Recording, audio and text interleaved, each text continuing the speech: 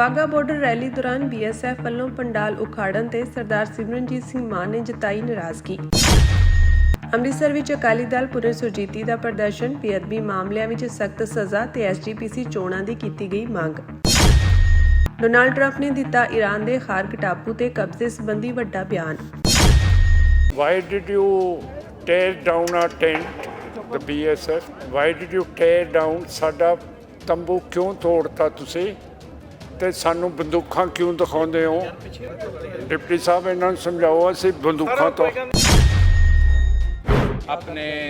ਆਪਣੇ ਸਿਪਾਹੀਆਂ ਨੂੰ ਵੀ ਕਹੋ ਕਿ ਇਸ ਤਰ੍ਹਾਂ ਬੰਦੂਕਾਂ ਨਾ ਦਿਖਾਣ। ਮੈਂ ਕੋਈ ਗੱਲ ਨਹੀਂ, ਮੈਂ ਇਹ ਇਨਸਲਟ ਹੈਗੀ। ਸਮਝਾ ਦਿੰਦਾ। ਅਸੀਂ ਡਰਦੇ ਨਹੀਂ ਤੁਹਾਡੀਆਂ ਨਹੀਂ, ਬੰਦੂਕਾਂ ਨਹੀਂ, ਤੋਂ। ਇਹ ਬਿਲਕੁਲ ਵੀ ਤੁਸੀਂ ਸਾਡੇ ਵੱਡੇ ਹੋ ਮਹਾਰਾਜ।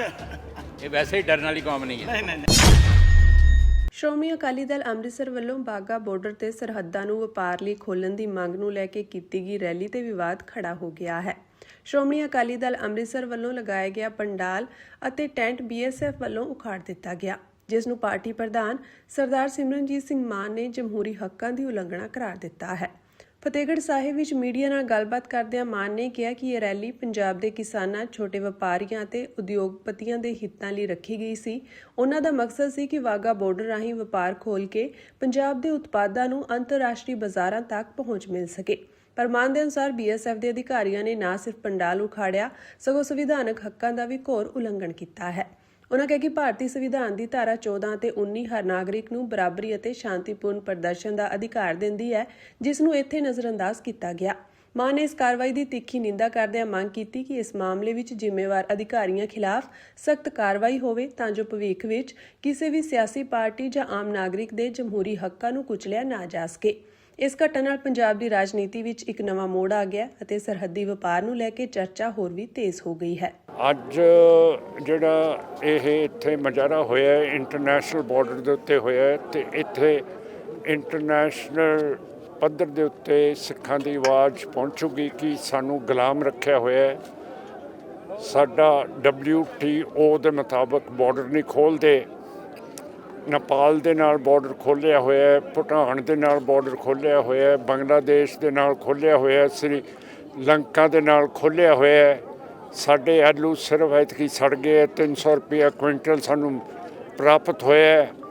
ਜੇ ਆਲੂ ਜਿਹੜਾ ਇਹ ਬੀਜਦਾ ਹਾਲੈਂਡ ਤੋਂ ਪਾਕਿਸਤਾਨ, ਸ੍ਰੀਲੰਕਾ, ਭੂਟਾਨ, ਬੰਗਲਾਦੇਸ਼ ਮੰਗਾਉਂਦੇ ਹੈ ਅਤੇ ਜੇ ਸਾਡਾ ਆਲੂ ਇੱਧਰ ਚਲਿਆ ਜਾਂਦਾ ਅਤੇ ਸਾਡੇ ਜਿਹੜੇ ਕਿਸਾਨ ਹੈ ਅਤੇ ਜਿਹੜੇ ਗਰੀਬ ਹੈ, ਪਰਸੋਂ ਹੀ ਤੁਸੀਂ ਦੇਖਿਆ ਹੋਊਗਾ ਅਖਬਾਰ 'ਚ 2 ਸਕੇ ਭਰਾਵਾਂ ਨੇ ਗੱਡੀ ਅੱਗੇ ਆ ਕੇ ਖੜ੍ਹੇ ਹੋ ਕੇ ਆਪਣੀ ਜਾਨ ਦੇਤੀ ਹੈ।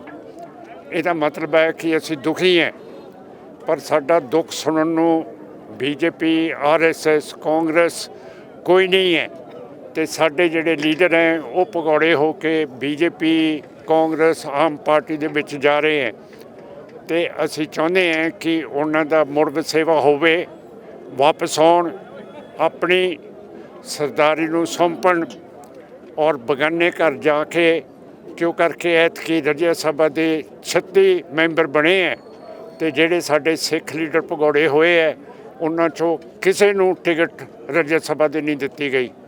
ਸੋ ਜੇ ਸਾਨੂੰ ਬਗਾਨੇ ਸਮਝਦੇ ਹੈ ਅਤੇ ਜੇ ਸਾਡੇ ਵਿੱਚ ਇੱਜ਼ਤ ਹੈ ਤਾਂ ਆਪਾਂ ਨੂੰ ਵੀ ਆਪਣੇ ਆਪ ਨੂੰ ਬਗਾਨਾ ਸਮਝਣਾ ਚਾਹੀਦਾ, ਪੈਰਾਂ 'ਤੇ ਖੜ੍ਹਾ ਕਰਨਾ ਚਾਹੀਦਾ ਅਤੇ ਸਾਡੇ ਉੱਤੇ ਬੰਦੂਕਾਂ ਦੇ ਨਾਲ ਕੋਈ ਅਸਰ ਨਹੀਂ ਪੈਂਦਾ। ਅਸੀਂ ਡਰਦੇ ਡੁਰਦੇ ਨਹੀਂ ਹੈ ਅਤੇ ਇੱਥੇ ਜਿਵੇਂ ਬੰਦੂਕਾਂ ਲਾਈਆਂ ਹੋਈਆਂ BSF ਨੇ, ਇਹ ਬਿਲਕੁਲ ਫਜ਼ੂਲ ਹੈ।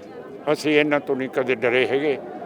ਅਸੀਂ ਆਪਣਾ ਕੌਮ ਦਾ ਘਰ ਮੰਗਦੇ ਹਾਂ, ਖਾਲਿਸਤਾਨ ਮੰਗਦੇ ਹਾਂ, ਜਿਹਦੀਆਂ ਹੱਦਾਂ ਚੀਨ ਦੇ ਨਾਲ ਹੋਣਗੀਆਂ, ਪਾਕਿਸਤਾਨ ਨਾਲ ਹੋਣਗੀਆਂ ਅਤੇ ਇੰਡੀਆ ਦੇ ਨਾਲ ਹੋਣਗੀਆਂ। ਇਹਨਾਂ 3 ਲਾਂਸ ਨਿਊਕਲੀਅਰ ਪਾਵਰਸ ਦੇ ਵਿੱਚ ਸਾਡੀ ਇੱਕ ਬਫਰ ਸਟੇਟ 6 ਸਟੇਟ ਹੋਊਗੀ, ਜਿਹਦੇ ਨਾਲ ਦੱਖਣ ਏਸ਼ੀਆ ਦੇ ਵਿੱਚ ਸਦਾ ਲਈ ਚੈਨ ਅਤੇ ਸੁੱਖ ਦੀ ਬਾਂਸਰੀ ਵੱਜਦੀ ਰਹੂਗੀ।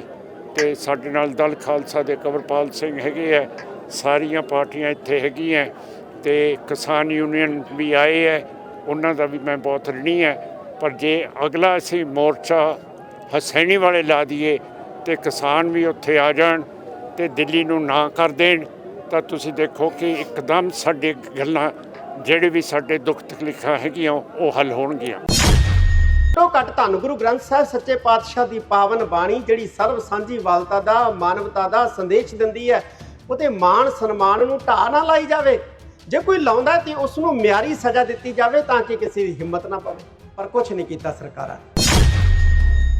ਸ਼੍ਰੀ ਅੰਮ੍ਰਿਤਸਰ ਸਾਹਿਬ ਵਿਖੇ ਜ਼ਿਲ੍ਹਾ ਪ੍ਰਬੰਧਕੀ ਦਫ਼ਤਰ ਦੇ ਸਾਹਮਣੇ ਅਕਾਲੀ ਦਲ ਪੁਨਰ ਸੁਰਜੀਤੀ ਵੱਲੋਂ ਇੱਕ ਮਹੱਤਵਪੂਰਨ ਪ੍ਰੋਗਰਾਮ ਕੀਤਾ ਗਿਆ, ਜਿਸ ਵਿੱਚ ਵੱਡੀ ਗਿਣਤੀ ਵਿੱਚ ਸੰਗਤਾਂ ਅਤੇ ਪੰਥਕ ਜਥੇਬੰਦੀਆਂ ਨੇ ਭਾਗ ਲਿਆ। ਇਸ ਮੌਕੇ ਪਹੁੰਚੇ ਪੰਥਕ ਆਗੂਆਂ ਨੇ ਪਿਛਲੇ ਕੁਝ ਸਾਲਾਂ ਦੌਰਾਨ ਸ਼੍ਰੀ ਗੁਰੂ ਗ੍ਰੰਥ ਸਾਹਿਬ ਜੀ ਦੇ ਮਾਣ ਸਤਿਕਾਰ ਨੂੰ ਢਾਹ ਪਹੁੰਚਾਉਣ ਵਾਲੀਆਂ ਘਟਨਾਵਾਂ ਤੇ ਗੰਭੀਰ ਚਿੰਤਾ ਜ਼ਾਹਰ ਕੀਤੀ।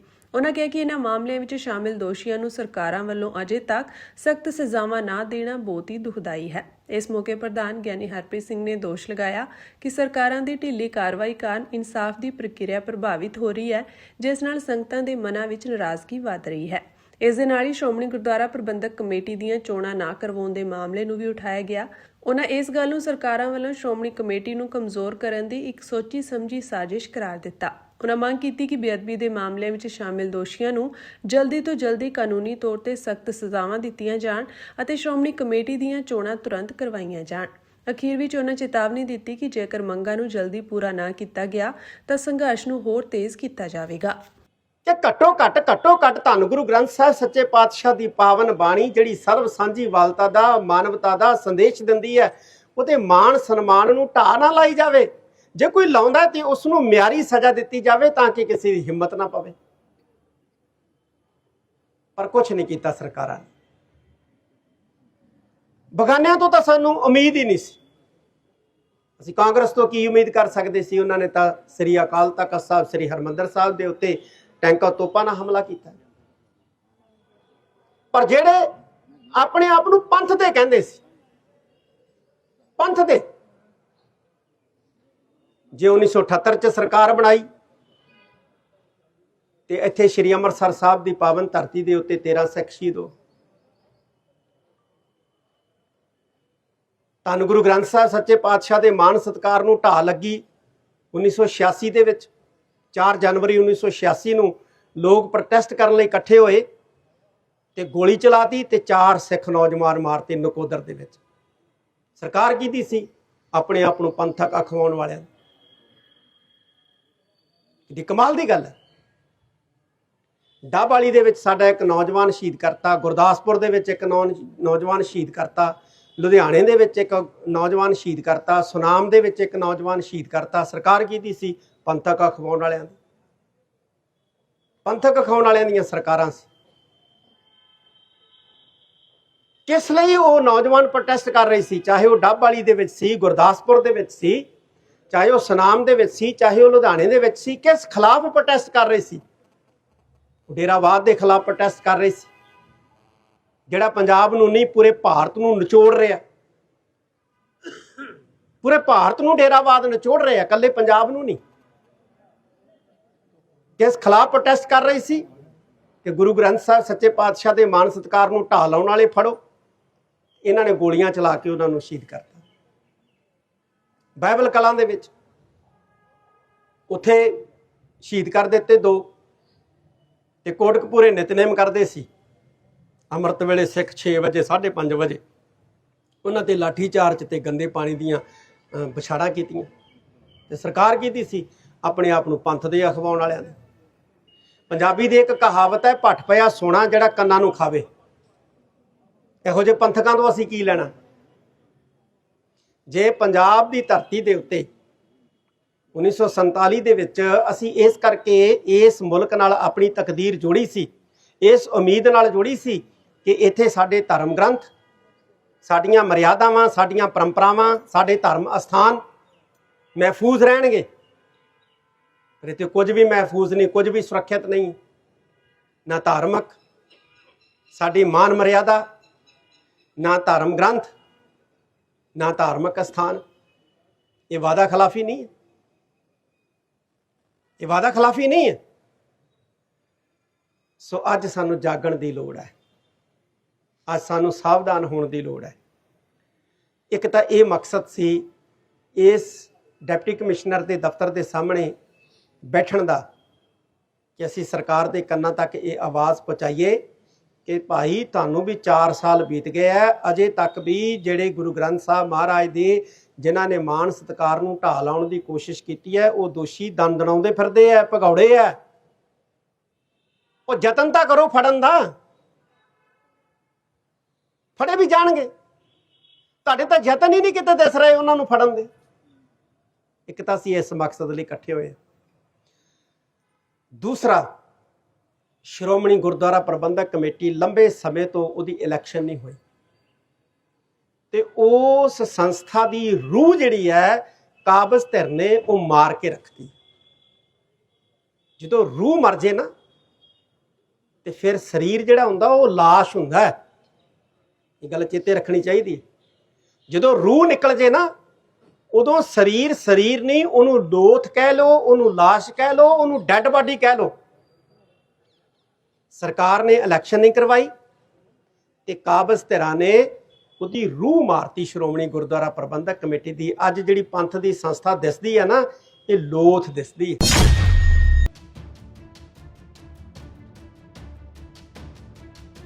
ਅਮਰੀਕੀ ਰਾਸ਼ਟਰਪਤੀ ਡੋਨਾਲਡ ਟਰੰਪ ਨੇ ਇੱਕ ਤਾਜ਼ਾ ਇੰਟਰਵਿਊ ਵਿੱਚ ਈਰਾਨ ਦੇ ਮੁੱਖ ਤੇਲ ਟਰਮੀਨਲ ਖਾਰਗ ਟਾਪੂ ਤੇ ਅਮਰੀਕੀ ਫੌਜ ਦੇ ਕਬਜ਼ੇ ਦੀ ਸੰਭਾਵਨਾ ਜਤਾ ਕੇ ਦੁਨੀਆ ਭਰ ਵਿੱਚ ਹਲਚਲ ਮਚਾ ਦਿੱਤੀ ਹੈ। ਦੀ ਫਾਈਨੈਂਸ਼ੀਅਲ ਟਾਈਮਜ਼ ਨਾਲ ਗੱਲਬਾਤ ਕਰਦਿਆਂ ਟਰੰਪ ਨੇ ਕਿਹਾ ਕਿ ਅਮਰੀਕਾ ਕੋਲ ਕਈ ਵਿਕਲਪ ਮੌਜੂਦ ਹਨ ਅਤੇ ਉਹ ਬਹੁਤ ਆਸਾਨੀ ਨਾਲ ਇਸ ਟਾਪੂ ਨੂੰ ਆਪਣੇ ਕੰਟਰੋਲ ਵਿੱਚ ਲੈ ਸਕਦਾ ਹੈ। ਉਹਨਾਂ ਈਰਾਨੀ ਸੁਰੱਖਿਆ ਨੂੰ ਨਕਾਰਦਿਆਂ ਕਿਹਾ ਕਿ ਜੇਕਰ ਲੋੜ ਪਈ ਤਾਂ ਅਮਰੀਕੀ ਫੌਜ ਉੱਥੇ ਲੰਮੇ ਸਮੇਂ ਤੱਕ ਰੁਕ ਵੀ ਸਕਦੀ ਹੈ। ਦੂਜੇ ਪਾਸੇ ਈਰਾਨ ਨੇ ਸਖਤ ਰੁਖ ਅਖਤਿਆਰ ਕਰਦਿਆਂ ਧਮਕੀ ਦਿੱਤੀ ਹੈ ਕਿ ਜੇਕਰ ਅਮਰੀਕੀ ਫੌਜ ਨੇ ਉਹਨਾਂ ਦੀ ਧਰਤੀ ਤੇ ਕਦਮ ਰੱਖਿਆ ਤਾਂ ਉਹ ਖਾੜੀ ਅਰਬ ਦੇਸ਼ਾਂ ਤੇ ਜ਼ਮੀਨੀ ਹਮਲਾ ਅਤੇ ਨਵੇਂ ਸਿਰਿਓਂ ਜੰਗੀ ਕਾਰਵਾਈਆਂ ਸ਼ੁਰੂ ਕਰ ਦੇਣਗੇ। ਇਸ ਦੌਰਾਨ ਟਰੰਪ ਨੇ ਈਰਾਨੀ ਸੰਸਦ ਦੇ ਸਪੀਕਰ ਮੁਹੰਮਦ ਬਾਗੇਰ ਕਾਲੀਬਾਫ ਦੀ ਭੂਮਿਕਾ ਨੂੰ ਅਹਿਮ ਦੱਸਦਿਆਂ ਖੁਲਾਸਾ ਕੀਤਾ ਕਿ ਹੋਰਮੁਜ਼ ਜਲਮਾਰਗ ਰਾਹੀਂ ਤੇਲ ਟੈਂਕਰਾਂ ਲੰਘਾਉਣ ਦੀ ਇਜਾਜ਼ਤ ਉਹਨਾਂ ਵੱਲੋਂ ਹੀ ਦਿੱਤੀ ਗਈ ਹੈ। ਟਰੰਪ ਨੇ ਦੱਸਿਆ ਕਿ ਪਹਿਲਾਂ ਪਾਕਿਸਤਾਨੀ ਝੰਡੇ ਵਾਲੇ 10 ਟੈਂਕਰਾਂ ਨੂੰ ਰਾਹ ਦਿੱਤਾ ਗਿਆ ਸੀ, ਜਿਨ੍ਹਾਂ ਦੀ ਗਿਣਤੀ ਹੁਣ ਵੱਧ ਕੇ 20 ਹੋ ਗਈ ਹੈ। ਰਾਸ਼ਟਰਪਤੀ ਨੇ ਇਸ ਨੂੰ ਇੱਕ ਤੋਹਫੇ ਵਜੋਂ ਪੇਸ਼ ਕਰਦਿਆਂ ਕਿਹਾ ਕਿ ਈਰਾਨ ਨਾਲ ਗੱਲਬਾਤ ਬਹੁਤ ਵਧੀਆ ਦਿਸ਼ਾ ਵਿੱਚ ਜਾ ਰਹੀ ਹੈ। ਇਹ ਸਾਰੀ ਇਨਸਾਨੀਅਤ ਦੀ ਗੱਲ ਆ, ਕਿਸੇ ਧਰਮ ਦੀ ਗੱਲ ਨਹੀਂ, ਕਿਸੇ ਪਾਰਟੀ ਦੀ ਗੱਲ ਨਹੀਂ। ਸਾਨੂੰ ਸਾਰਿਆਂ ਨੂੰ ਪਾਰਟੀਆਂ ਤੋਂ ਉੱਪਰ ਉੱਠ ਕੇ ਇਸ ਸਾਂਝੇ ਸੰਘਰਸ਼ ਨੂੰ ਜਿਹੜਾ ਹੈ ਉਹ ਕਾਮਯਾਬ ਕਰਨ ਵਾਸਤੇ ਉਪਰਾਲਾ ਕਰਨਾ ਚਾਹੀਦਾ। ਹਿਮਾਚਲ ਪ੍ਰਦੇਸ਼ ਵੱਲੋਂ ਲਗਾਏ ਗਏ ਐਂਟਰੀ ਟੈਕਸ ਦੇ ਮਾਮਲੇ ਨੇ ਹੁਣ ਤਪਸ਼ ਫੜ ਲਈ ਹੈ। ਇਸ ਮਾਮਲੇ ਵਿੱਚ ਪ੍ਰਮੁੱਖ ਪੰਥਕ ਸ਼ਖਸੀਅਤ ਬਾਬਾ ਸਤਨਾਮ ਸਿੰਘ ਨੇ ਖੁੱਲ੍ਹ ਕੇ ਵਿਰੋਧ ਜਤਾਇਆ ਅਤੇ ਪੰਜਾਬ ਵਿੱਚ ਚੱਲ ਰਹੇ ਧਰਨਿਆਂ ਨੂੰ ਆਪਣੀ ਪੂਰੀ ਹਿਮਾਇਤ ਦਿੱਤੀ ਹੈ। ਅਨੰਦਪੁਰ ਸਾਹਿਬ ਨੇੜੇ ਕਿਲ੍ਹਾ ਆਨੰਦਗੜ੍ਹ ਸਾਹਿਬ ਵਿਖੇ ਗੱਲਬਾਤ ਕਰਦੇ ਹੋਏ ਬਾਬਾ ਸਤਨਾਮ ਸਿੰਘ ਨੇ ਕਿਹਾ ਕਿ ਹਿਮਾਚਲ ਸਰਕਾਰ ਦਾ ਇਹ ਫੈਸਲਾ ਵਪਾਰੀਆਂ ਅਤੇ ਆਮ ਲੋਕਾਂ ਲਈ ਵੱਡੀ ਮੁਸੀਬਤ ਬਣੇਗਾ। ਉਹਨਾਂ ਕਿਹਾ ਕਿ ਐਂਟਰੀ ਟੈਕਸ ਨਾਲ ਸਿਰਫ ਵਪਾਰ ਹੀ ਪ੍ਰਭਾਵਿਤ ਨਹੀਂ ਹੋਵੇਗਾ, ਸਗੋਂ ਦੋਨੇ ਰਾਜਾਂ ਵਿਚਕਾਰ ਭਾਈਚਾਰੇ ਤੇ ਵੀ ਅਸਰ ਪਵੇਗਾ। ਉਹਨਾਂ ਨੇ ਸਾਫ਼ ਸ਼ਬਦਾਂ ਵਿੱਚ ਕਿਹਾ ਕਿ ਜੇਕਰ ਇਹ ਫੈਸਲਾ ਵਾਪਸ ਨਾ ਲਿਆ ਗਿਆ ਤਾਂ ਸੰਘਰਸ਼ ਹੋਰ ਤੇਜ਼ ਕੀਤਾ ਜਾਵੇਗਾ। ਉਹਨਾਂ ਨੇ ਧਰਨੇ ਵਿੱਚ ਸ਼ਾਮਿਲ ਲੋਕਾਂ ਨੂੰ ਅਪੀਲ ਕੀਤੀ ਕਿ ਉਹ ਸ਼ਾਂਤੀਪੂਰਨ ਢੰਗ ਨਾਲ ਆਪਣੀ ਆਵਾਜ਼ ਉਠਾਉਣ ਅਤੇ ਇਕਜੁੱਟ ਰਹਿਣ। ਦੂਜੇ ਪਾਸੇ ਪੰਜਾਬ ਦੇ ਵਪਾਰੀ ਵਰਗ ਅਤੇ ਟਰਾਂਸਪੋਰਟਰਾਂ ਵਿੱਚ ਵੀ ਇਸ ਫੈਸਲੇ ਖਿਲਾਫ ਗੁੱਸਾ ਵੇਖਣ ਨੂੰ ਮਿਲ ਰਿਹਾ। ਕਈ ਥਾਵਾਂ ਤੇ ਪ੍ਰਦਰਸ਼ਨ ਜਾਰੀ ਹਨ ਅਤੇ ਸਰਕਾਰ ਤੋਂ ਤੁਰੰਤ ਦਖਲ ਦੀ ਮੰਗ ਕੀਤੀ ਜਾ ਰਹੀ ਹੈ। ਜਿਹੜੀ ਅਨੰਦਪੁਰ ਸਾਹਿਬ ਦੀ ਧਰਤੀ ਆ, ਇਹ ਬਿਲਕੁਲ ਹਿਮਾਚਲ ਤੇ ਪੰਜਾਬ ਦਾ ਬਾਰਡਰ ਹੈ। ਜਦੋਂ ਪੰਜਾਬ ਦੀਆਂ ਸੰਗਤਾਂ, ਕਾਰੋਬਾਰੀ ਲੋਕ ਆਪਣੇ ਨਿੱਜੀ ਵਾਹਨ ਲੈ ਕੇ ਹਿਮਾਚਲ ਦਾਖਲ ਹੁੰਦੇ ਨੇ, ਇਹਨਾਂ ਨੂੰ ਟੈਕਸ ਲਾਇਆ ਜਾਂਦਾ।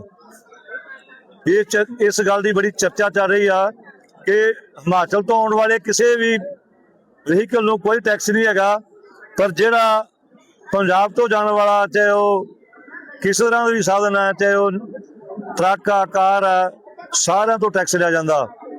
ਪੰਜਾਬ ਦੇ ਸੂਝਵਾਨ ਲੋਕਾਂ ਨੇ, ਸਾਡੇ ਬਹੁਤ ਹੀ ਰਾਣਾ ਗੌਰਵ ਜੀ, ਸਾਰਿਆਂ ਦੀ ਟੀਮ ਨੇ ਇੱਕ ਉਪਰਾਲਾ ਕੀਤਾ ਹੈ ਕਿ ਜਿੰਨੇ ਵੀ ਹਿਮਾਚਲ ਪੰਜਾਬ ਨੂੰ ਜੋੜਨ ਵਾਲੇ ਰੋਡ ਨੇ, ਉਹਨਾਂ ਦੇ ਉੱਤੇ ਧਰਨੇ ਲਾਏ ਜਾ ਰਹੇ ਆ। ਸਰਕਾਰ ਨੂੰ ਸੂਚਿਤ ਕੀਤਾ ਜਾ ਰਿਹਾ ਇਹ ਸਾਡੇ ਨਾਲ ਧੱਕਾ ਹੋ ਰਿਹਾ, ਇਹ ਨਾ ਕੀਤਾ ਜਾਵੇ। ਜਿਹੜੇ ਇਹ ਧਰਨੇ ਲੱਗ ਰਹੇ ਨੇ, ਇਹਨਾਂ ਨੂੰ ਮੁੱਖ ਰੱਖ ਕੇ ਸਰਕਾਰਾਂ ਨੂੰ ਫੈਸਲਾ ਲੈਣਾ ਚਾਹੀਦਾ ਕਿ ਜਿਹੜੇ ਟੈਕਸ ਲਾਏ ਉਹਨਾਂ ਨੂੰ ਵਾਪਸ ਲੈਣਾ ਚਾਹੀਦਾ।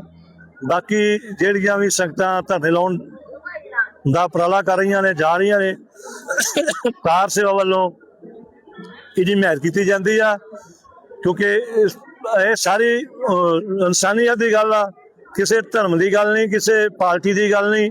ਸਾਨੂੰ ਸਾਰਿਆਂ ਨੂੰ ਪਾਰਟੀਆਂ ਤੋਂ ਉੱਪਰ ਉੱਠ ਕੇ ਇਸ ਸਾਂਝੇ ਸੰਘਰਸ਼ ਨੂੰ ਜਿਹੜਾ ਹੈ ਉਹ ਕਾਮਯਾਬ ਕਰਨ ਵਾਸਤੇ ਉਪਰਾਲਾ ਕਰਨਾ ਚਾਹੀਦਾ। ਸ਼੍ਰੀ ਅਕਾਲ ਤਖਤ ਸਾਹਿਬ ਦੇ ਕਾਰਜਕਾਰੀ ਜਥੇਦਾਰ ਯਾਨੀ ਕੁਲਦੀਪ ਸਿੰਘ ਅੜਗੱਜ ਨੇ ਬੀਤੇ ਦਿਨੀ ਨਾਰਕੋਟਿਕਸ ਕੰਟਰੋਲ ਬਿਊਰੋ ਦੀ ਹਿਰਾਸਤ ਵਿੱਚ ਅੰਮ੍ਰਿਤਸਰ ਵਿਖੇ ਕਥਿਤ ਤਸ਼ੱਦਦ ਕਾਰਨ ਮਾਰੇ ਗਏ BSF ਦੇ ਸਿੱਖ ਜਵਾਨ ਜਸਵਿੰਦਰ ਸਿੰਘ ਦੀ ਮੌਤ ਦੇ ਮਾਮਲੇ ਵਿੱਚ ਦੋਸ਼ੀ ਅਧਿਕਾਰੀਆਂ ਖਿਲਾਫ ਕਾਰਵਾਈ ਦੀ ਮੰਗ ਕੀਤੀ ਹੈ। ਜਥੇਦਾਰ ਅੜਗੱਜ ਅੱਜ ਆਪਣੇ ਜੰਮੂ ਦੌਰੇ ਮੌਕੇ ਪੀੜਤ ਪਰਿਵਾਰ ਦੇ ਘਰ ਪਹੁੰਚੇ, ਉਹਨਾਂ ਦੇ ਪਰਿਵਾਰ ਦੀ ਗੱਲਬਾਤ ਸੁਣੀ ਅਤੇ ਉਹਨਾਂ ਨੂੰ ਹੌਸਲਾ ਦਿੱਤਾ ਕਿ ਸਮੁੱਚਾ ਖਾਲਸਾ ਪੰਥ ਇਨਸਾਫ ਦੀ ਲੜਾਈ ਵਿੱਚ ਉਹਨਾਂ ਦੇ ਨਾਲ ਹੈ। ਜੰਮੂ ਦੇ RSਪੁਰਾ ਖੇਤਰ ਵਿੱਚ ਮੱਲੋਵਾਲ ਵਿੱਚ ਇੱਕ ਗੁਰਮਤਿ ਸਮਾਗਮ ਦੌਰਾਨ ਸੰਗਤ ਨੂੰ ਸੰਬੋਧਨ ਕਰਦਿਆਂ ਜਥੇਦਾਰ ਗਿਆਨੀ ਕੁਲਦੀਪ ਸਿੰਘ ਅੜਗੱਜ ਨੇ ਜੰਮੂ ਕਸ਼ਮੀਰ ਦੇ ਮੁੱਖ ਮੰਤਰੀ ਅਤੇ ਸੂਬਾ ਸਰਕਾਰ ਨੂੰ ਜਸਵਿੰਦਰ ਸਿੰਘ ਦੇ ਪਰਿਵਾਰ ਨੂੰ ਇਨਸਾਫ ਦਿਵਾਉਣ ਲਈ ਆਖਿਆ। ਉਹਨਾਂ ਦੋਸ਼ ਲਗਾਇਆ ਕਿ ਸਿੱਖ ਨੌਜਵਾਨ ਉੱਤੇ NCP ਦੀ ਹਿਰਾਸਤ ਵਿੱਚ ਬਹੁਤ ਭਾਰੀ ਤਸ਼ੱਦਦ ਕਰਕੇ ਉਸ ਦਾ ਕਥਿਤ ਕਤਲ ਕੀਤਾ ਗਿਆ ਹੈ। ਉਹਨਾਂ ਕਿਹਾ ਕਿ ਜਸਵਿੰਦਰ ਸਿੰਘ ਦੇ ਸਰੀਰ ਉੱਤੇ ਪਰਿਵਾਰ ਵੱਲੋਂ ਤਸ਼ੱਦਦ ਦੇ ਨਿਸ਼ਾਨ ਦੇਖੇ ਗਏ ਹਨ, ਜਿਸ ਦੇ ਸਬੂਤ ਵੀ ਮੌਜੂਦ ਹਨ। ਇਸ ਲਈ ਇਸ ਮਾਮਲੇ ਵਿੱਚ ਸਖਤ ਕਾਰਵਾਈ ਹੋਣੀ ਚਾਹੀਦੀ ਹੈ। ਉਹਨਾਂ ਕਿਹਾ ਕਿ ਇਸ ਕਤਲ ਲਈ NCP ਦੇ ਜ਼ਿੰਮੇਵਾਰ ਅਧਿਕਾਰੀਆਂ ਵਿਰੁੱਧ ਪਰਚਾ ਦਰਜ ਹੋਣਾ ਚਾਹੀਦਾ ਹੈ ਅਤੇ ਉਹਨਾਂ ਨੂੰ ਸਖਤ ਸਜ਼ਾਵਾਂ ਮਿਲਣੀਆਂ ਚਾਹੀਦੀਆਂ ਹਨ। ਉਹਨਾਂ ਕਿਹਾ ਕਿ ਜੇਕਰ BSF ਜਵਾਨ ਨੇ ਕੋਈ ਗਲਤ ਕੰਮ ਕੀਤਾ ਸੀ ਤਾਂ ਉਸ ਲਈ ਦੇਸ਼ ਅੰਦਰ ਕਾਨੂੰਨ ਅਤੇ ਅਦਾਲਤਾਂ ਹਨ, ਉਸ ਨੂੰ ਕਾਨੂੰਨ ਅਨੁਸਾਰ ਬਣਦੀ ਸਜ਼ਾ ਦਿੱਤੀ ਜਾਂਦੀ, ਨਾ ਕਿ ਇਸ ਤਰ੍ਹਾਂ ਤਸ਼ੱਦਦ ਕਰਕੇ ਕਤਲ ਕੀਤਾ ਜਾਂਦਾ।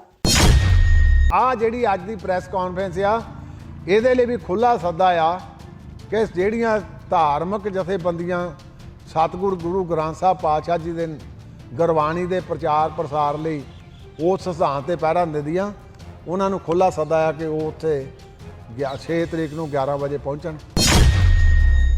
ਸ਼੍ਰੋਮਣੀ ਗੁਰਦੁਆਰਾ ਪ੍ਰਬੰਧਕ ਕਮੇਟੀ ਨੇ ਪੰਜਾਬ ਸਰਕਾਰ ਵੱਲੋਂ ਬੇਅਦਬੀਆਂ ਸੰਬੰਧੀ ਕਾਨੂੰਨ ਬਣਾਏ ਜਾਣ ਦੇ ਸਬੰਧ ਵਿੱਚ 6 ਅਪ੍ਰੈਲ 2026 ਨੂੰ ਸਵੇਰੇ 11 ਵਜੇ ਸ਼੍ਰੋਮਣੀ ਕਮੇਟੀ ਦੇ ਮੁੱਖ ਦਫ਼ਤਰ ਤੇਜਾ ਸਿੰਘ ਸਮੁੰਦਰੀ ਹਾਲ ਸ਼੍ਰੀ ਅੰਮ੍ਰਿਤਸਰ ਵਿਖੇ ਸਮੁੱਚੀਆਂ ਸਿੱਖ ਜਥੇਬੰਦੀਆਂ ਦੀ ਇਕੱਤਰਤਾ ਬੁਲਾਈ ਹੈ। ਇਹ ਜਾਣਕਾਰੀ ਸ਼੍ਰੋਮਣੀ ਕਮੇਟੀ ਦੇ ਪ੍ਰਧਾਨ ਐਡਵੋਕੇਟ ਹਰਜਿੰਦਰ ਸਿੰਘ ਧਾਮੀ ਨੇ ਅੱਜ ਚੰਡੀਗੜ੍ਹ ਵਿਖੇ ਸ਼੍ਰੋਮਣੀ ਕਮੇਟੀ ਮੈਂਬਰਾਂ ਨਾਲ ਮੀਟਿੰਗ ਮਗਰੋਂ ਮੀਡੀਆ ਨੂੰ ਸੰਬੋਧਨ ਕਰਦਿਆਂ ਦਿੱਤੀ। ਉਹਨਾਂ ਕਿਹਾ ਕਿ ਇਹ ਬੇਹੱਦ ਸੰਜੀਦਾ ਮਾਮਲਾ ਹੈ, ਜਿਸ ਉੱਤੇ ਸਾਂਝੀ ਪੰਥਕ ਰਾਏ ਜ਼ਰੂਰੀ ਹੈ। ਇਸ ਲਈ ਸ਼੍ਰੋਮਣੀ ਕਮੇਟੀ ਵੱਲੋਂ ਸਮੂਹ ਸਿੱਖ ਜਥੇਬੰਦੀਆਂ, ਨਿਹੰਗ ਸਿੰਘ ਦਲਾਂ, ਦਮਦਮੀ ਟਕਸਾਲ, ਸਿੱਖ ਸੰਸਥਾਵਾਂ, ਸਿੱਖ ਵਿਦਵਾਨਾਂ, ਸਿੱਖ ਜੱਜਾਂ ਤੇ ਵਕੀਲਾਂ, ਸਿੱਖ ਮਿਸ਼ਨਰੀ ਕਾਲਜਾਂ, ਸਿੰਘ ਸਭਾਵਾਂ, ਸਿੱਖ ਫੈਡਰੇਸ਼ਨਾਂ, ਸਮੂਹ ਸਿੱਖ ਸੰਪਰਦਾਵਾਂ ਦੇ ਮੁਖੀਆਂ, ਨਿਰਮਲੇ, ਉਦਾਸੀ, ਸੇਵਾ ਪੰਥੀ ਤੇ ਕਾਰ ਸੇਵਾ ਵਾਲੇ ਮਹਾਂਪੁਰਖਾਂ ਨਾਲ ਸਾਂਝੀ ਇਕੱਤਰਤਾ 6 ਅਪ੍ਰੈਲ 2026 ਨੂੰ ਸਵੇਰੇ 11 ਵਜੇ ਸ਼੍ਰੋਮਣੀ ਕਮੇਟੀ ਦੇ ਮੁੱਖ ਦਫ਼ਤਰ ਤੇਜਾ ਸਿੰਘ ਸਮੁੰਦਰੀ ਹਾਲ ਵਿਖੇ ਕੀਤੀ ਜਾਵੇਗੀ। ਐਡਵੋਕੇਟ ਧਾਮੀ ਨੇ ਕਿਹਾ ਕਿ ਸ਼੍ਰੋਮਣੀ ਕਮੇਟੀ ਚਾਹੁੰਦੀ ਹੈ ਕਿ ਬੇਅਦਬੀਆਂ ਰੋਕਣ ਲਈ ਸਖਤ ਕਾਨੂੰਨ ਬਣੇ ਤਾਂ ਜੋ ਇਸ ਦਾ ਪੱਕਾ ਤੇ ਸਾਰਥਕ ਹੱਲ ਕੱਢਿਆ ਜਾ ਸਕੇ, ਪਰ ਪੰਜਾਬ ਸਰਕਾਰ ਇਸ ਬਾਰੇ ਸਪਸ਼ਟ ਨਹੀਂ ਕਰ ਰਹੀ। ਉਹਨਾਂ ਕਿਹਾ ਕਿ ਧਾਰਮਿਕ ਗ੍ਰੰਥ ਅਤੇ ਸ੍ਰੀ ਗੁਰੂ ਗ੍ਰੰਥ ਸਾਹਿਬ ਜੀ ਵਿੱਚ ਵੱਡਾ ਫਰਕ ਹੈ। ਇਹ ਜਾਗਤ ਜੋਤ ਗੁਰੂ ਹਨ, ਜਿਨ੍ਹਾਂ ਨੂੰ ਗੁਰਤਾ ਗੱਦੀ ਗੁਰੂ ਸਾਹਿਬ ਨੇ ਆਪ ਦਿੱਤੀ ਸੀ। ਸ੍ਰੀ ਗੁਰੂ ਗ੍ਰੰਥ ਸਾਹਿਬ ਜੀ ਦੀ ਜਾਗਤ ਜੋਤ ਗੁਰੂ ਵਜੋਂ ਆਬਾ, ਵਡਿਆਈ ਤੇ ਮਹਾਨਤਾ ਦੀ ਵਚਨਬੱਧਤਾ ਬੇਹੱਦ ਜ਼ਰੂਰੀ ਹੈ। ਉਹਨਾਂ ਕਿਹਾ ਕਿ ਇਸੇ ਦੇ ਮੱਦੇਨਜ਼ਰ ਕੌਮੀ ਰਾਏ ਬਣਾਉਣ ਲਈ ਸਮੂਹ ਸਿੱਖ ਜਥੇਬੰਦੀਆਂ ਤੇ ਸੰਸਥਾਵਾਂ ਦੀ ਇਕੱਤਰਤਾ ਬੁਲਾਈ ਗਈ ਹੈ। ਐਡਵੋਕੇਟ ਧਾਮੀ ਨੇ ਕਿਹਾ ਕਿ ਪੰਜਾਬ ਸਰਕਾਰ ਨੇ ਪਹਿਲਾਂ ਪੰਜਾਬ ਧਾਰਮਿਕ ਗ੍ਰੰਥਾਂ ਵਿਰੁੱਧ ਅਪਰਾਧਾਂ ਦੀ ਰੋਕਥਾਮ ਬਿੱਲ 2025 ਲਈ ਸਿਲੈਕਟ ਕਮੇਟੀ ਬਣਾਈ ਸੀ, ਜਿਸ ਵੱਲੋਂ ਮੰਗੇ ਸੁਝਾਅ ਲਈ ਸ਼੍ਰੋਮਣੀ ਕਮੇਟੀ ਦੀ ਉੱਚ ਪੱਧਰੀ ਕਮੇਟੀ ਨੇ ਕਈ ਵਾਰ ਰਾਬਤਾ ਕਰਕੇ ਕੁਝ ਜਵਾਬ ਮੰਗੇ ਸਨ। ਵਾਰ-ਵਾਰ ਪੱਤਰ ਲਿਖਣ ਮਗਰੋਂ ਵੀ ਸਰਕਾਰ ਨੇ ਕਿਸੇ ਤਰ੍ਹਾਂ ਦੀ ਜਾਣਕਾਰੀ ਨਹੀਂ ਦਿੱਤੀ। ਐਡਵੋਕੇਟ ਧਾਮੀ ਨੇ ਕਿਹਾ ਕਿ ਹੁਣ ਸਰਕਾਰ ਵੱਲੋਂ ਜਾਗਤ ਜੋਤ ਐਕਟ 2008 ਵਿੱਚ ਸੋਧ ਦੀ ਗੱਲ ਕਰਕੇ ਨਵੀਂ ਦੁਬਿਧਾ ਖੜੀ ਕਰ ਦਿੱਤੀ ਗਈ ਹੈ। ਉਹਨਾਂ ਕਿਹਾ ਕਿ ਇਸ ਸੰਦਰਭ ਨੂੰ ਵੀ ਵਿਚਾਰਨਾ ਬੇਹੱਦ ਜ਼ਰੂਰੀ ਹੈ ਕਿ ਸਰਕਾਰ ਵੱਲੋਂ ਬਣਾਇਆ ਜਾਣ ਵਾਲਾ ਕਾਨੂੰਨ ਕੇਵਲ ਪੰਜਾਬ ਸੂਬੇ ਤੱਕ ਲਾਗੂ ਰਹੇਗਾ, ਜਦਕਿ ਦੂਜੇ ਸੂਬਿਆਂ ਵਿੱਚ ਜੇਕਰ ਬੇਅਦਬੀ ਦੀ ਘਟਨਾ ਵਾਪਰਦੀ ਹੈ ਤਾਂ ਇਸ ਨੂੰ ਉੱਥੇ ਲਾਗੂ ਕਿਵੇਂ ਕੀਤਾ ਜਾਵੇਗਾ। ਸ਼੍ਰੋਮਣੀ ਕਮੇਟੀ ਪ੍ਰਧਾਨ ਨੇ ਕਿਹਾ ਕਿ ਅਸੀਂ ਸਖਤ ਕਾਨੂੰਨ ਦੇ ਹਮੇਸ਼ਾ ਮੁੱਦਈ ਰਹੇ ਹਾਂ ਅਤੇ ਹੁਣ ਵੀ ਇਹੋ ਮੰਗ ਕਰਦੇ ਹਾਂ ਕਿ ਇੱਕ ਕੌਮੀ ਰਾਏ ਬਣਾ ਕੇ ਇਸ ਨੂੰ ਅੰਜਾਮ ਤੱਕ ਪਹੁੰਚਾਇਆ ਜਾਵੇ। ਉਹਨਾਂ ਕਿਹਾ ਕਿ ਇਸ ਮਕਸਦ ਲਈ ਸੱਦੀ ਗਈ ਇਕੱਤਰਤਾ ਲਈ ਸਾਰੀਆਂ ਸਿੱਖ ਜਥੇਬੰਦੀਆਂ ਦੇ ਆਗੂਆਂ ਨੂੰ ਸ਼੍ਰੋਮਣੀ ਕਮੇਟੀ ਵੱਲੋਂ ਸੱਦਾ ਪੱਤਰ ਵੀ ਭੇਜਿਆ ਜਾਵੇਗਾ। ਉਹਨਾਂ ਸਮੂਹ ਜਥੇਬੰਦੀਆਂ ਅਤੇ ਸੰਪਰਦਾਵਾਂ ਨੂੰ ਅਪੀਲ ਕੀਤੀ ਕਿ ਉਹ 6 ਅਪ੍ਰੈਲ ਨੂੰ ਮੀਟਿੰਗ ਵਿੱਚ ਜ਼ਰੂਰ ਸ਼ਾਮਿਲ ਹੋਣ। ਸਰਕਾਰ ਨੇ ਜਿਵੇਂ ਬਣਾਈ ਸੀ ਕਮੇਟੀ ਵੀ ਆਪਣੇ ਸਾਰੇ ਸੁਝਾਅ ਦੇਣ। ਹੁਣ ਜੇ 13 ਤਰੀਕ ਨੂੰ ਉਹਨੇ ਇੰਟਰੋਡਿਊਸ ਕਰਨਾ ਤੇ ਜਾਗਤ ਜੋਤ ਐਕਟ ਦੇ ਤਹਿਤ ਵੀ ਕੋਈ ਸੁਝਾਅ ਨਹੀਂ ਸਾਤੋਂ ਮੰਗਿਆ। ਸ਼੍ਰੋਮਣੀ ਕਮੇਟੀ ਤੋਂ ਅੱਜ ਤੱਕ ਕੋਈ ਸੁਝਾਅ ਨਹੀਂ ਮੰਗਿਆ, ਕਿਸੇ ਜਥੇਬੰਦੀ ਤੋਂ ਕੋਈ ਸੁਝਾਅ ਨਹੀਂ ਮੰਗਿਆ। ਤੇ ਹੁਣ ਅਸੀਂ ਪਿਛਲੇ ਹਾਊਸ ਦੇ ਵਿੱਚ ਇੱਕ ਪ੍ਰਪੋਜ਼ਲ ਆਈ ਸੀ ਤੇ ਅਸੀਂ ਉਹਦੇ ਰੂਬਰੂ ਇੱਕ ਤੁਹਾਨੂੰ ਕਹਿਣਾ ਚਾਹੁੰਦੇ ਹਾਂ ਕਿ 6 ਤਰੀਕ ਨੂੰ ਠੀਕ 11 ਵਜੇ ਤੇਜਾ ਸਿੰਘ ਸਮੁੰਦਰੀ ਹਾਲ ਦੇ ਵਿੱਚ ਸਮੂਹ ਖਾਲਸਾ ਪੰਥ, ਸਾਰੀਆਂ ਧਾਰਮਿਕ ਜਥੇਬੰਦੀਆਂ, ਜਿਹਦੇ ਵਿੱਚ ਨੁਮਾਇੰਦਾ ਜਥੇਬੰਦੀਆਂ ਵੀ, ਜਿਹਦੇ ਵਿੱਚ ਨਿਰਮਲਾ ਪੰਥ ਵੀ, ਜਿਹਦੇ ਵਿੱਚ ਉਦਾਸੀਨ ਸੰਪਰਦਾ ਵੀ, ਜਿਹਦੇ ਵਿੱਚ ਆਪਣੇ ਕਾਰ ਸੇਵਾ ਵਾਲੇ ਮਹਾਂਪੁਰਸ਼ ਵੀ, ਜਿਹਦੇ ਵਿੱਚ ਸੇਵਾ ਪੰਥੀ ਵੀ, ਜਿਹਦੇ ਵਿੱਚ ਦਾਮੜਮੀ ਟਕਸਾਲ, ਜਿਹਦੇ ਵਿੱਚ ਸਮੁੱਚੇ ਤੌਰ ਤੇ ਨਿਹੰਗ ਸਿੰਘਾਂ ਦੀਆਂ ਸਿਰਮੌਰ ਜਥੇਬੰਦੀਆਂ, ਉਹ ਤੋਂ ਇਲਾਵਾ ਸਿੱਖ ਸਟੱਡੀ ਸਰਕਲ, ਸਿੱਖ ਮਿਸ਼ਨਰੀ, ਇਹ ਜਿੰਨੇ ਵੀ ਆ, ਇਹ ਸਾਰਿਆਂ ਨੂੰ ਅਸੀਂ ਖੁੱਲ੍ਹਾ ਸੱਦਾ ਦਿੰਦੇ ਹਾਂ। ਰਾੜਾ ਸਾਹਿਬ ਸੰਪਰਦਾ, ਮਾਸਤੂਆਣਾ ਸੰਪਰਦਾ, ਨਾਨਕਸਰ ਸੰਪਰਦਾ, ਕਲੇਰਾਂ ਵਾਲਿਆਂ ਦੀ ਸੰਪਰਦਾ ਆ, ਬਾਕੀ ਹੋਰ ਬਹੁਤ ਸਾਰੀਆਂ ਜਿਹੜੀਆਂ ਸੰਪਰਦਾਵਾਂ ਆ ਜਿਹੜੀਆਂ ਇਹਨਾਂ ਧਾਰਮਿਕ ਕਾਰਜਾਂ ਦੇ ਵਿੱਚ ਆਪਣਾ ਯੋਗਦਾਨ ਪਾਉਂਦੀਆਂ, ਉਹਨਾਂ ਨੂੰ ਸੱਦੇ ਵੀ ਦਿਆਂਗੇ ਤੇ ਸਾਰੇ ਖਾਲਸਾ ਪੰਥ ਦਾ ਕੰਸੈਂਸਸ ਕਰਕੇ, ਤਾਂ ਕਿ ਇਹ ਰੋਜ਼ 16 18 ਫਿਰ ਗਾਹਾਂ 25 25 ਤੋਂ ਹੁਣ 26 ਇਹ ਕਿਤੇ ਐਵੇਂ ਨਾ ਖੁਰਦ-ਬੁਰਦ ਹੋ ਜਾਏ, ਇਹਦਾ ਕੋਈ ਸਾਰਥਕ ਹੱਲ ਕੱਢਿਆ ਜਾਵੇ। ਉਹ ਸਾਰਥਕ ਹੱਲ ਤੇ ਇਹ ਕਮੇਟੀ ਨੇ ਮੀਟਿੰਗ ਸੱਦੀ ਆ, ਜਿਹਦੀ ਆਪਾਂ 6 ਤਰੀਕ ਨੂੰ ਤੇਜਾ ਸਿੰਘ ਸਮੁੰਦਰੀ ਹਾਲ 11 ਵਜੇ ਸਮੂਹ ਜਥੇਬੰਦੀਆਂ ਆਪਣੇ ਆਪਣੇ ਸੁਝਾਅ ਵੀ ਦੇਣਗੀਆਂ ਤੇ ਸ਼੍ਰੋਮਣੀ ਗੁਰਦੁਆਰਾ ਪ੍ਰਬੰਧਕ ਕਮੇਟੀ ਦਾ ਪਰਪਸ ਗੁਰੂ ਗ੍ਰੰਥ ਸਾਹਿਬ ਪਾਤਸ਼ਾਹ ਜੀ ਦੇ ਪ੍ਰਚਾਰ ਪ੍ਰਸਾਰ ਸਿਧਾਂਤਕ ਤੌਰ ਤੇ ਇਹ ਸਿੱਖੀ ਦੇ ਪ੍ਰਚਾਰ ਪ੍ਰਸਾਰ ਤੋਂ ਇਲਾਵਾ ਗੁਰਬਾਣੀ ਦੇ ਅਨੁਸਾਰ ਜੀਵਨ ਜ਼ਿੰਦਗੀ ਜਿਹੜੀ ਜਾਂਚ ਗੁਰੂ ਸਾਹਿਬ ਨੇ ਦੱਸੀ ਆ, ਉਹਨੂੰ ਗਾਂ ਲੋਕਾਂ ਤੱਕ ਫੈਲਾਉਣ ਦੀ ਆ। ਵੱਡਾ ਜਿਹੜਾ ਸਾਨੂੰ ਖੁੜਕਣ ਡਈ ਆ ਕਿ ਕੱਲ੍ਹ ਨੂੰ ਕੌਮ ਦੀ ਨੁਮਾਇੰਦਾ ਜਥੇਬੰਦੀ ਨੇ ਸਤਿਗੁਰ ਧੰਨ ਧੰਨ ਸ੍ਰੀ ਗੁਰੂ ਗ੍ਰੰਥ ਸਾਹਿਬ ਪਾਤਸ਼ਾਹ ਜੀ ਦੇ ਬਾਬਤ ਆਪਣਾ ਕੇਸ ਪਰਸੂ ਨੇ ਕੀਤਾ।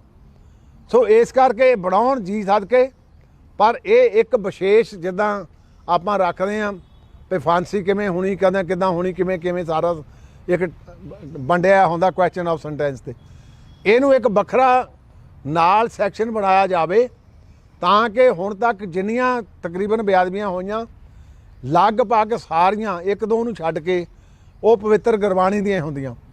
ਇਸ ਕਰਕੇ ਸਾਨੂੰ ਇਸ ਗੱਲ ਦੀ ਚਿੰਤਾ ਪਈ ਆ ਤੇ ਅੱਜ ਤੁਹਾਨੂੰ ਵੀ ਸਾਰਿਆਂ ਨੂੰ ਤਾਂ ਕਸ਼ਟ ਦਿੱਤਾ ਕਿ ਅਸੀਂ ਇਹਦੇ ਲਈ ਬਿਲਕੁਲ ਸ਼ੇਰਦੇ ਹਾਂ, ਬਿਲਕੁਲ ਬਣਨਾ ਚਾਹੀਦਾ ਤਾਂ ਕਿ ਪੰਜਾਬ ਵਸਦਾ ਗੁਰਾਂ ਦੇ ਨਾਂ ਦੇ ਉੱਤੇ, ਇੱਥੇ ਸਾਰੇ ਸੁਖੀ ਵਸਣ, ਇੱਥੇ ਸਾਰੇ ਧਰਮ ਸੁਖੀ ਵਸਣ।